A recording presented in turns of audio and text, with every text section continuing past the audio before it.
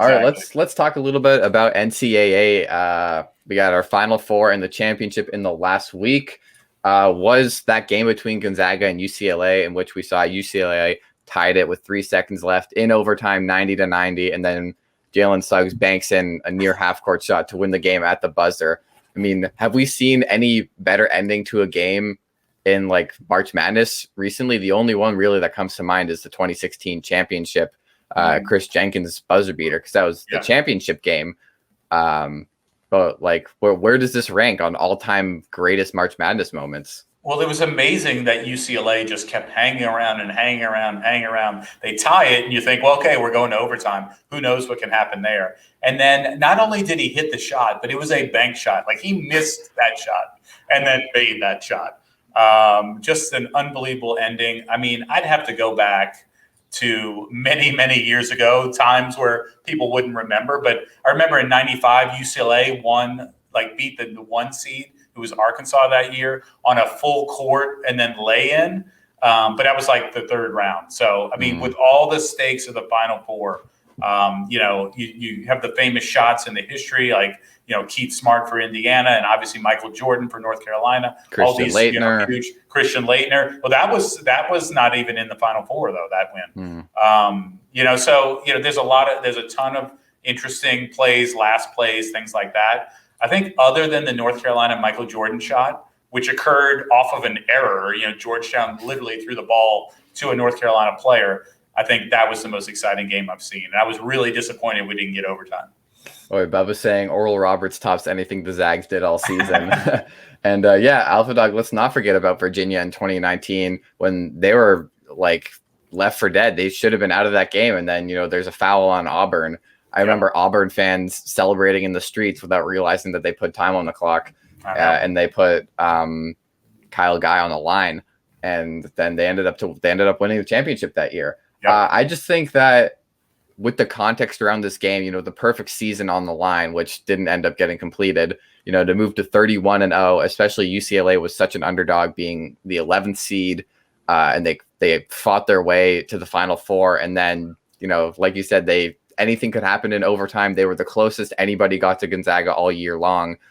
Just to end like that on a buzzer beater from near half court, I mean, you can't write any better than this. So I think this has got to be a top 3 game in March Madness history, with personally obviously UNC versus Villanova being the number 1. I don't think that the shot that got hit right before Chris Jenkins gets talked about enough. I believe it's Marcus Page.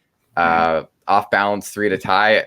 Nobody talks about that anymore because that was an even better shot than the one that won the game. Right. And I would have loved to see, obviously, what the reaction would have been had there been a crowd in attendance, or at least a full capacity crowd. I'm sure the stadium would have erupted. But I mean, Jalen Suggs is living every single kid's dream in that moment. And then shortly after, not so much, after losing the championship. Well, that's the sad part. You're undefeated. You make it all the way there. You get tested by BYU right before the tournament, and then you really get tested by UCLA, and you make that big shot. But it can't be fulfilling for him with the fact that they got annihilated in the championship. Like, that game was never close. I actually turned it on a few minutes late and was like, I've already missed this entire game. So that's pretty depressing. It's a pretty sad way to show up in the championship. And so I think we want to talk a little bit about, what are the most disappointing championship game performances you've seen, no matter what the sport is. So take us away. What do you got? Yeah, I mean, so starting with that Gonzaga-Baylor game, Gonzaga having the perfect season on the line. We've never really seen these completed perfect seasons. And I'll start with the Patriots and the Giants. A while back, a fella named David Tyree decided that it was his time to shine with the helmet catch. So I'd say, as a Patriots fan, it was a disappointing finals Super Bowl because, this close to being 19-0, the perfect season. And then Eli Manning, the only guy who really could beat Brady consistently, comes up with that game. And then again, I mean, not as disappointing because it wasn't a perfect season, but when the Giants beat the Patriots again, I mean, it was a great game to watch because watching kind of history repeat itself with Mario Manningham making, a tremendous sideline catch. It was a great game, but again, those are pretty disappointing for me. On the flip side, though, we also have Patriots, Falcons, in my opinion, best Super Bowl ever, Super Bowl 51. I mean, was that disappointing, I guess, as a Falcons fan? Because I was livid for the first half and then couldn't keep my eyes off the TV for the second half. Yeah, I mean, we're really talking late in the third. It's still 28-9 in that game. Just an unbelievably terrible coaching job there, and not running the ball, turnovers, whatever. But fun fact about Super Bowl 42, when the Giants beat the previously undefeated Patriots, is that my son is named after Eli Manning because of that game. Wow. So little bet with the wife. We were between two names. Eli was one of them, Eli Manning from New Orleans. And I was like, look, if he beats the Patriots, totally in jest. If he beats the Patriots, we got to name our kid Eli. And, he's 12 years old now. So there you go. That's great. But yeah, really, really disappointing, because you made it that far. They essentially were going to break the Miami Dolphins 72 Miami Dolphins record and have the most wins in an undefeated season. Everything was right there. And for some reason, Tom Brady just could not beat Eli Manning. Not that Eli Manning was the sole, player in that game. Obviously, the pass rush was huge, and it was just a really disappointing feeling for the Patriots walking off after that one.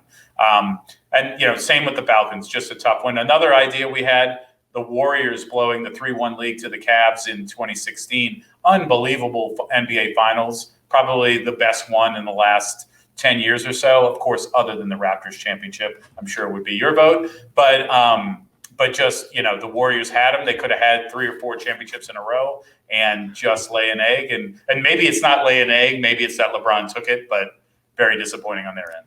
Yeah, I mean, obviously you're disappointed as a Warriors fan, but I think everybody else, in the world was rooting for LeBron in that moment. I mean, maybe not the LeBron haters, but one of the best championships in recent memory, like you said, but definitely disappointing as a Warriors fan is you could have had a 4-peat. We see also the Cubs World Series Game 7. Alpha Dog saying that's a good one. I was all for.